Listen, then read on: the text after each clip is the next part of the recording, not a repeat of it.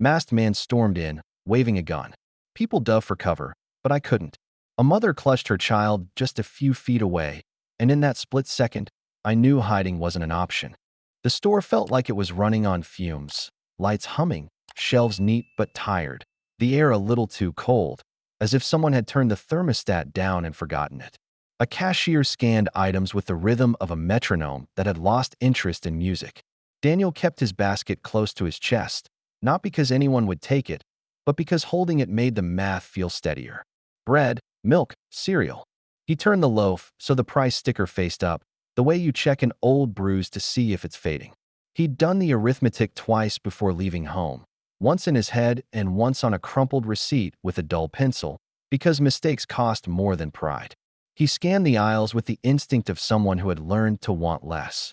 The bakery table offered easier temptations: glazed rolls under plastic domes, a dented box with a bright red clearance sticker, but he shifted his weight and looked away.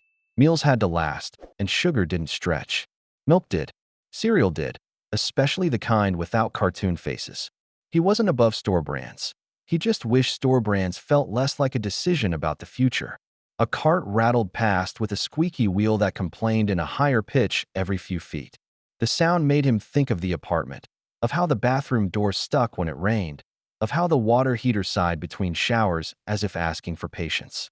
He pictured Emma's hair fan out on the pillow, the cowlick that never cooperated, the way she'd mumbled, "Daddy, 5 more minutes," and how he'd let her have them because 5 more minutes for her was worth 10 less for him. He checked the basket again, searching for a mistake that wasn't there. Bread, milk, cereal. He could feel the phantom weight of what wasn't included: coffee, fruit, something small and sweet for Emma's lunchbox. The absence felt heavier than the items themselves. Maybe tomorrow, if the side shift at the warehouse didn't get cut. Maybe the week after, if the utility bill didn't arrive with that officious bark in the mail slot. He edged toward the checkout, counting registers, calculating which line moved with the quiet competence of a seasoned cashier. The woman at lane 4 had a ponytail and a measured smile that didn't judge. He drifted there without quite admitting he wanted kindness even in small transactions. He placed the bread on the belt last so it wouldn't get crushed, a habit that had become a small ritual, a tiny act of control in a life that mostly happened to him. The fluorescent bulbs flickered once. He blinked, then waited to see if anyone else noticed. A man in a work vest tapped the side of a light panel with the back of a pen, then shrugged. The ceiling steadied. The hum returned to normal. Daniel let his shoulders drop a fraction. Paper or plastic? The cashier asked the woman in front of him. Paper, the woman said, as if she were choosing a team. He hadn't decided yet. Plastic was easier to carry the 3 blocks home one-handed. Paper looked like you had your life together. He told himself it didn't matter. He'd carry it either way. He always did. His phone buzzed in his pocket. A calendar alert he already knew by heart. Pick up Emma from neighbor at 7:30. He had 25 minutes and a short walk. He imagined her peeking through the neighbor's curtains, trying to spot him on the sidewalk. He pictured the way she'd race to the door in mismatched socks, how she always forgot the second shoe until he pointed, laughing, and she spun back like a top. The thought steadied him more than the math. The belt moved, and his items nudged forward like commuters at a crosswalk.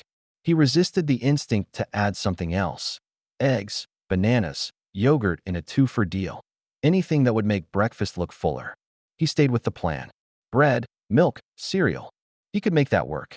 Toast in the morning, a splash of milk over a bowl that looked generous if you tilted it right. Maybe cinnamon sugar, if there was any left in the tin. Little tricks that made routine taste like choice. The cashier glanced up and gave him a professional hello that landed softer than it needed to. Find everything okay? She asked. Yeah, he said, then added, because truth felt like a courtesy he owed himself. Everything we need. That word, we, did the job of a whole paragraph. It covered the missing fruit, the holding pattern on the coffee, the unopened envelope on the kitchen table he'd flip over tonight so Emma wouldn't see the letterhead. It covered the extra mile he'd walk if the bus didn't line up, the minutes he'd steal from sleep to mend a loose seam on Emma's backpack, the way he'd fold the receipt and slide it into his wallet like a report card he hoped to improve next week. He reached for the divider and placed it behind his cereal, creating a little boundary between his life and the next person's. The belt pulled his groceries forward, and he let them go, trusting that the small tether from his hand to the future would hold. Outside, the evening leaned toward night, the parking lot lights already bright against the dark. For a moment, he imagined the two of them walking home, the bag balanced on his forearm, Emma skipping to keep up, her hand finding his without looking. He inhaled, exhaled, counted again. Then he stepped up to the register, ready to exchange exact change for a little more time. The air cracked with sound before Daniel even processed it. Shattering glass from the front doors tore through the sterile quiet of the store. Shoppers jerked their heads up, the monotone rhythm of beeps at the registers breaking mid-scan. For a half-second, Daniel thought someone had dropped a jar, something ordinary, explainable. Then he saw him. A man in a black mask stormed through the broken entrance, shards crunching under his boots. He held a gun as if it were an extension of his arm, waving it with wild authority. Everyone on the ground, empty the registers, now? His voice was hoarse, ragged with panic or drugs, the kind of voice that didn't care who got hurt as long as someone listened. The store unraveled. A woman screamed, dropping a bag of apples that rolled across the tiles like marbles. A young man froze in place with a gallon of milk clutched to his chest. The cashier at lane 4 threw both hands up, eyes darting toward the exit before realizing escape wasn't an option. A few people dove behind carts, the metal rattling as they tried to shrink themselves down. Others pressed flat to the floor, whispering prayers that stumbled out faster than thought. Daniel felt the tremor in his chest, not just from fear but from recognition. He'd seen chaos before, if not this exact kind. The helpless way people scattered, the hush of a room where everyone was waiting for someone else to move first. His hand gripped the basket handle tighter, the plastic cutting into his palm. Bread, milk, cereal, small, fragile things that suddenly looked absurd under the barrel of a gun. Then he saw her. A woman in a fitted business suit crouched low behind the counter near the pharmacy aisle. Her composure looked rehearsed, but her eyes betrayed her. Wide, glassy, searching for something she couldn't quite name. She didn't scream, didn't bolt. She simply watched, calculating, trembling just enough to remind Daniel she was human.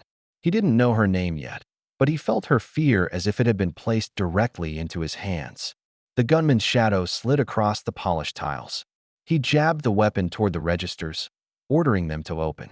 Coins clinked as the first drawer cracked, the cashier fumbling with shaking fingers. The man cursed, slamming the butt of the gun against the counter for emphasis. The sound ricocheted through Daniel's spine, hard and cold. Behind him, a child whimpered, a high, thin note that made the gunman whirl. Daniel's pulse spiked. He turned his head just enough to catch the scene. A young mother clutching her toddler to her chest, rocking back and forth as though motion alone could shield them. Daniel's instinct surged, louder than the fear. "Stay down," he whispered, leaning toward her without thinking, his voice low but steady. She looked at him, desperate, then nodded once, clutching her child tighter. When Daniel turned back, his eyes locked on the woman behind the counter. The CEO, though he didn't know it yet, met his gaze for a single suspended moment. In her look was no command, no plea spoken aloud, only one word that burned clear enough to reach him: help. The fluorescent lights flickered again, and in that pulse of shadow and brightness, Daniel made his choice. He wouldn't hide. He couldn't. Fear had kicked down the door, but courage was already climbing to its feet. He lowered his basket to the floor silently, the bread and milk forgotten. His body shifted forward, calculating distance, waiting for the gunman to turn his back toward the registers. The sound of bills being yanked from the till filled the air. Daniel's heart thundered so loud he wondered if the man would hear it. But he stayed still, coiled, waiting for the opening he knew had to come. The robber barked orders, his gun jerking toward the ceiling before swinging back down to the trembling cashier. Bills crumpled into a plastic bag with nervous fingers, each second stretching into something unbearable. Daniel crouched low, his muscles wound tight, eyes calculating. He could almost hear Emma's voice in the back of his mind, asking about her favorite cereal, about whether he'd be home before bedtime. That voice steadied him, as if reminding him who he was. Then the sound came again, a child's cry, sharper this time. The masked man twisted his head toward it, his weapon following. Daniel's stomach dropped. He saw the mother and child pressed into the corner, their bodies making themselves small but not invisible. The robber took a step toward them, gun raising. Irritation etched in his movements like a storm looking for lightning. Daniel didn't think. He moved. His hand reached out, pressing against the mother's shoulder, urging her lower. "Stay down," he whispered, urgent but gentle. The woman's wide eyes met his for a split second, relief, confusion, gratitude all tangled together, before she buried her face against her child's hair. Daniel shifted his stance, making himself the line between them and the gun. Fear clawed at his ribs, but instinct was louder. He had lived too long with the fragile safety of someone depending entirely on him. That responsibility didn't allow hesitation. He felt it in the marrow of his bones. If danger was here, it had to go through him first. He glanced across the store and saw her again. The woman in the business suit, crouched low behind the counter. Her hands trembled against the laminate surface, nails tapping unconsciously, but her gaze locked on him. There was a plea in her eyes, silent and desperate. Not just save me, but don't let this become worse. That look pinned him to his decision. The gunman shouted again, the words distorted by rage. "Nobody moves. Nobody." His back angled toward the registers now. Attention narrowed to the cash being stuffed into the bag. Daniel inhaled. His lungs filled, but it felt like standing on a cliff with no ground beneath. His body tightened, ready. The roar of fear in his chest became fuel. He whispered to himself without sound, "Now." The world shrank to the simple geometry of the moment: distance, angle, timing. Behind him, the mother whimpered softly. Ahead of him, the gunman's grip faltered as he reached for more bills. Off to the side, the suited woman's eyes widened, bracing for something she couldn't control. Daniel leaned forward, every muscle drawn into a single purpose. His heart beat once hard. Then he moved, surging up from his crouch, closing the space in a burst of motion. "Drop it," he roared, his voice cracking through the store like a thunderclap. The robber jerked in surprise, spinning, but Daniel was already there, hands locking onto the man's arm, his body throwing all its weight into the fight. The gun wavered, but Daniel clamped down harder, not just for himself, not even for the woman behind the counter, but for every small voice in the world that needed a father to stand up.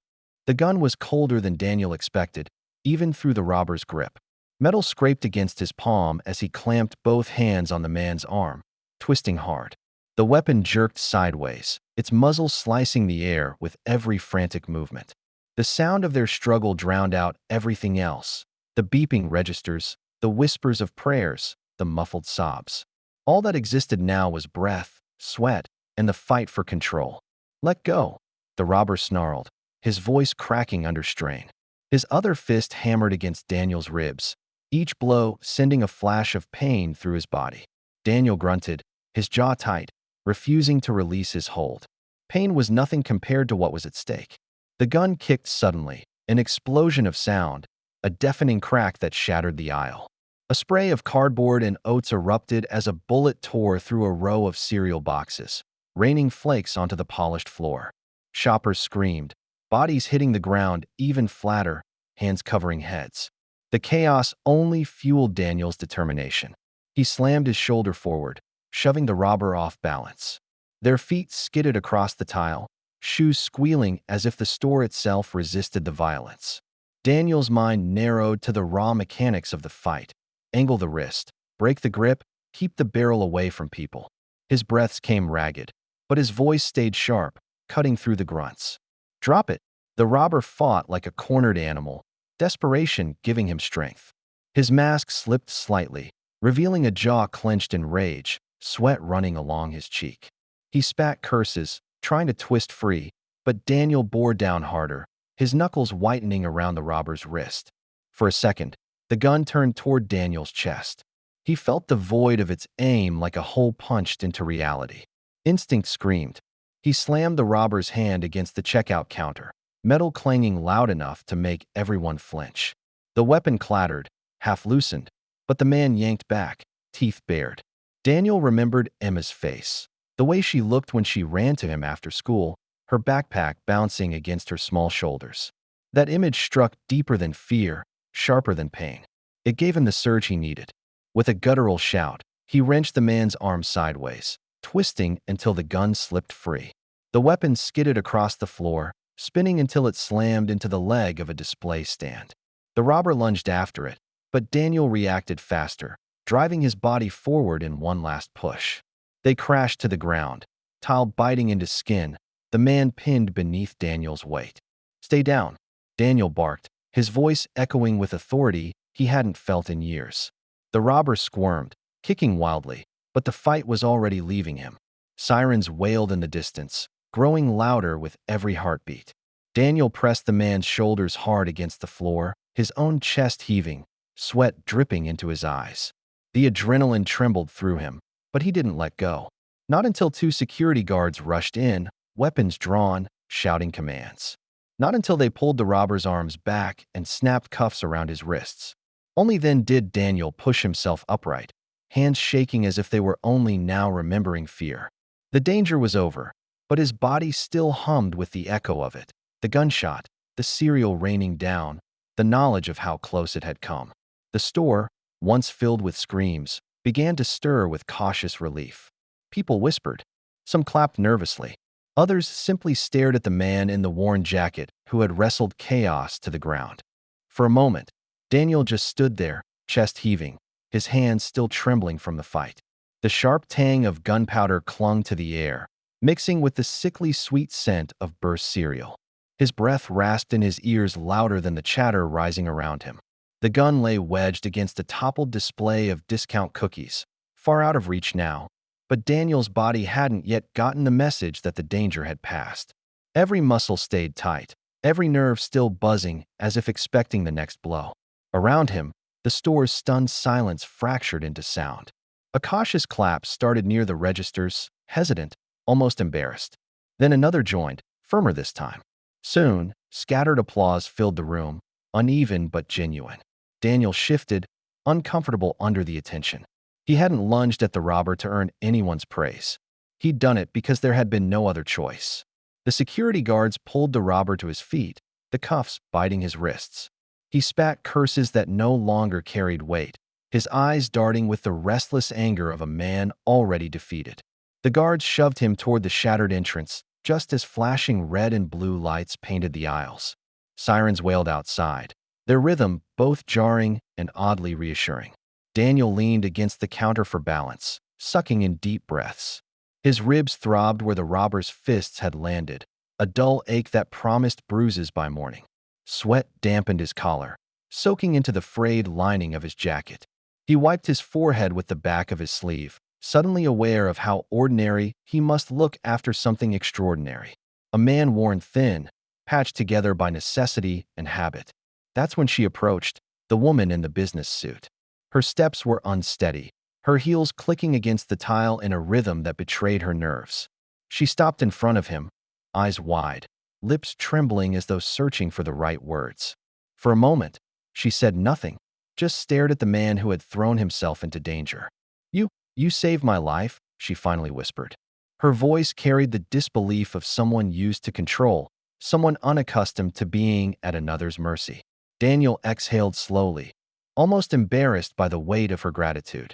He shrugged, adjusting the cuff of his jacket, as if modesty could erase what had just happened. Just did what anyone would have done. But even as he said it, he knew it wasn't true. Not everyone would have moved toward danger when escape was possible. Not everyone would have thought first of the mother and child pressed against the wall. He looked at the woman in the suit, her hands still shaking, her shoulders trying to straighten, and realized she knew it too. Her lips parted, as though she wanted to argue, to tell him not to diminish what he'd done. But the words stalled, lost in the exhaustion that lined both of their faces. Instead, she simply nodded, swallowing hard, her eyes still locked on his. Behind them, shoppers began to rise, brushing dust from their clothes, gathering scattered groceries with tentative hands. A mother retrieved the apples that had rolled like marbles across the floor. A cashier wiped her tears with the edge of her sleeve, still staring at Daniel as though afraid to look away. The store, broken and shaken, was piecing itself back together. Daniel, however, stayed still. His body trembled with the aftershock of adrenaline, but his mind was already somewhere else. On a small apartment a few blocks away, on a girl with unruly hair waiting for him, on the promise he made silently every day to come home no matter what. Applause echoed faintly again, softer this time, but he didn't turn toward it. He wasn't interested in being anyone's hero. He had only ever wanted to be one person's father. The police had the robber in custody now, his curses muffled as they pushed him into the back of a cruiser. The wail of sirens began to fade, leaving behind the hum of fluorescent lights and the uneven breaths of shaken shoppers. Daniel finally let his shoulders sag, the tension slipping from his body in slow, reluctant waves. His hands still shook, the echo of adrenaline refusing to let go, but the crisis was over. And then he heard it. "Daddy." The single word cut through the noise sharper than any gunshot. Daniel's head snapped toward the entrance. A little figure darted through the automatic doors, Emma. Her shoes slapped against the tile as she ran, her ponytail bouncing, her cheeks flushed with the urgency of finding him. For a moment, everything else in the store disappeared. She launched herself forward, and he barely had time to crouch before she collided with him, arms circling his neck in a grip that carried all her relief. He caught her easily, lifting her into his embrace. The warmth of her small body against his chest undid him more than the struggle with the gun ever had. "I was so scared," she whispered, her voice muffled against his jacket. Her tiny hands clung to the worn fabric, fingers curling into the frayed threads. Daniel pressed his cheek against her hair, breathing in the familiar scent of shampoo mixed with the faint outdoor air. "It's okay, sweetheart. I'm here. I'm okay." His voice was calm for her sake, though inside he felt the quake of how close he had come to not being okay at all. Emma leaned back just enough to search his face, her wide eyes glistening. "You're not hurt." He forced a smile, brushing a strand of hair from her forehead. "Not hurt, just tired." He kissed the crown of her head, as if sealing a promise with the gesture. Around them, the store paused again, not in fear this time, but in quiet awe. Shoppers who had seen him wrestle a man with a gun now watched a different kind of strength, one softer but no less powerful. The woman in the business suit, Victoria, stood a few steps away, her polished world colliding with the raw simplicity before her. She saw the exhaustion in Daniel's eyes, the way his jacket sagged from years of wear, the way his hands steadied Emma as though she were the only thing that mattered. It wasn't the heroics of the fight that struck her most. It was this moment. The embrace, the tenderness, the silent truth that every risk he had taken was for this child. Emma nestled closer, her head resting on his shoulder. Her breathing slowed, steadied by the familiar rhythm of his heartbeat.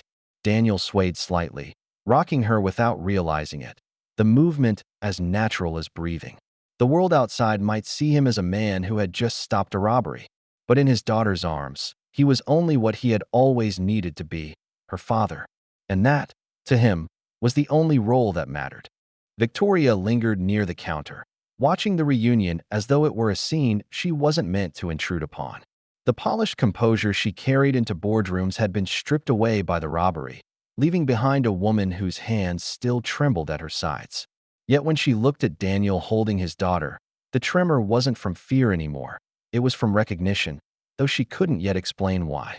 When the officers finished their reports and the crowd began to disperse, she finally stepped forward. Emma, still perched on Daniel's hip, turned curious eyes toward her, the child's hand gripping her father's jacket like a tether. Victoria cleared her throat softly, her voice tentative, almost reverent. "I never got your name," she said. Daniel adjusted Emma's weight, his eyes tired but steady. "Daniel. Daniel Reed." The name landed with a weight she hadn't expected. Victoria's breath caught, the syllables pulling loose a thread in her memory. She frowned, repeating it under her breath as if testing its shape. "Reed. Daniel Reed." She had heard it before. Not in person, not in any meeting or introduction, but somewhere buried deep in the machinery of her company. It came back to her. The stack of applications she'd once skimmed during an overnight review, the spreadsheet her assistant had summarized. The name had been there, attached to an idea that had stuck with her long after she closed the file. Something about energy systems, efficiency models, work that had hinted at brilliance but had never crossed her desk again. She remembered wondering, briefly, why it hadn't advanced further. Her eyes widened, the realization setting in. This man, the one standing before her with his jacket worn thin, his daughter clinging to him. was the same Daniel Reed whose potential had once been buried under bureaucracy. A name overlooked, a voice lost in the flood of paperwork. "You," she started, then faltered, her professional polish cracking under the weight of guilt. "I know that name." Daniel tilted his head, confusion flickering across his features. "I don't think so. I'm just a warehouse worker." His tone was humble, almost apologetic, as though excusing himself from being worth notice. But Victoria shook her head, the truth pressing forward. "No, you're not just anything. Years ago, your application crossed my company's system. I remember it.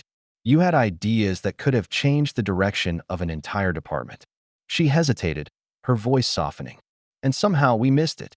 We missed you." Daniel blinked, his brow furrowed. He didn't know what to say, didn't know how to fit her polished certainty against the years of exhaustion written into his life. He gave a small, dismissive smile, adjusting Emma against his chest. "Right now, all I need to be is a dad." Victoria's throat tightened. She saw no arrogance in his words, no bitterness, just quiet devotion. Yet beneath it, she also saw what the world had overlooked. A man capable of more than survival.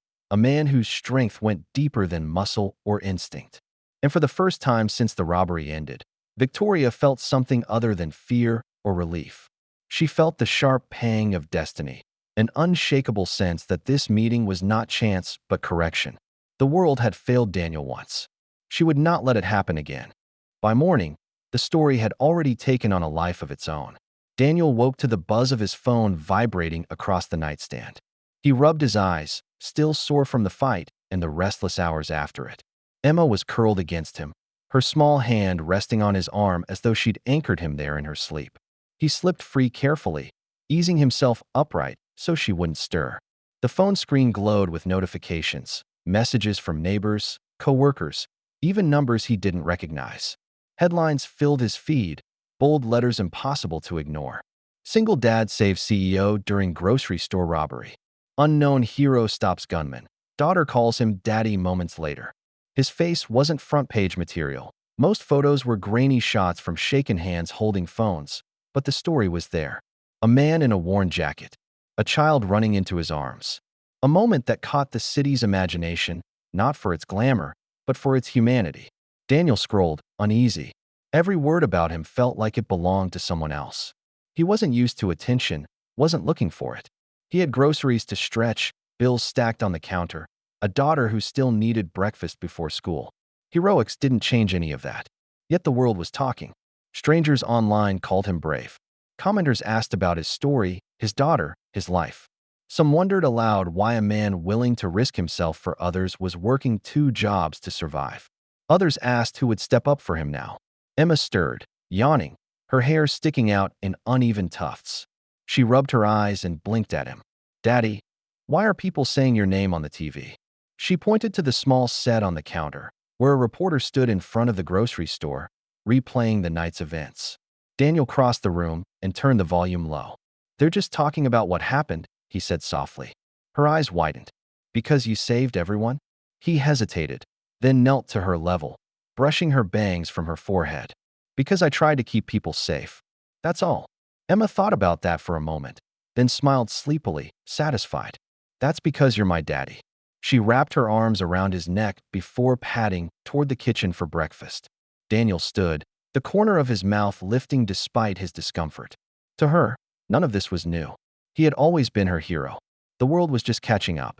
Across town, in a high-rise office with glass walls and panoramic views, Victoria Hale scrolled through the same headlines. Her coffee sat untouched on her desk, cooling as she replayed the memory of Daniel's voice, his daughter's embrace, his name. Her board members had already called, some impressed, others curious about what she planned to do. For them, it was a story to leverage. For her, it was personal. She tapped her phone, hovering over his name in a directory she hadn't looked at in years. This wasn't going to end as another fleeting headline. She wouldn't allow it. The city might see a single dad who saved a CEO. Victoria saw something more, a second chance the world wasn't going to waste again. The call came 2 days later, just after Daniel had returned from his warehouse shift. He dropped his keys on the counter, exhaustion settling into his shoulders like it always did when the phone buzzed in his pocket. Unknown number. He almost ignored it. Bill collectors had a way of finding him, but something made him answer. Mr. Reed. The voice on the other end was steady, professional, but warmer than most business tones. This is Victoria Hale. Daniel froze, the name hitting him harder than he expected. He shifted the phone against his ear, glancing at Emma in the living room, who was sprawled on the floor drawing with crayons. Yes, ma'am. I remember. I've been thinking about what happened, she continued, her words measured but sincere. Not just the robbery. About you. Your name. It's been in our records before. I regret we overlooked it, and I won't make that mistake again. Daniel's brow furrowed. He leaned against the counter, the peeling laminate cool beneath his hand. I'm not sure I understand. I want you to come in, Victoria said simply. I'm offering you a position at my company. Not out of gratitude, though I am grateful, but because I believe your skills belong where they can make a difference, where they can give you and your daughter the stability you deserve. Daniel let out a low breath, half disbelief, half relief he didn't dare let show. Ms. Hale, I'm just a warehouse worker. I don't know if. You're not just anything, she cut in gently, the conviction in her voice leaving no space for doubt. You're exactly the kind of person I want in my company. Someone who doesn't wait for safety before acting. Someone who takes responsibility. Someone who thinks of others before himself. That's rare, Daniel. And it's exactly what we need. He glanced toward Emma again. She had abandoned her drawing and was now humming to herself, stacking crayons into neat little towers. He thought of her school supplies, her shoes with worn soles, the nights he skipped meals to make sure she never had to. For years, every decision had been about survival, about scraping together enough. And now, suddenly, here was an opening he'd long stopped believing would ever come. What would this job mean? He asked carefully. It would mean a chance to use your mind, not just your back, Victoria said. A salary that matches your worth. Benefits that make life easier for your daughter. A future, Mr. Reed, when you don't have to fight alone anymore. Daniel closed his eyes, his hand tightening around the phone. For a heartbeat, he allowed himself to imagine it. Emma walking into school with new shoes that fit, a fridge stocked without counting coins, evenings where exhaustion didn't swallow every word he wanted to share with her. When he spoke again, his voice was quiet but steady. All right, I'll come in. Victoria's sigh carried both relief and certainty. Good. I'll have my assistant arrange everything. Thank you, Daniel. After the call ended, Daniel set the phone down and just stood there, letting the silence settle. Emma looked up from her crayons, tilting her head. Who was that, Daddy?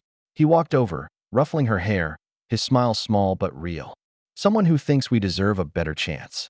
Emma grinned, content with that answer, and returned to her towers. Daniel sat beside her on the floor, watching her line up colors in perfect order.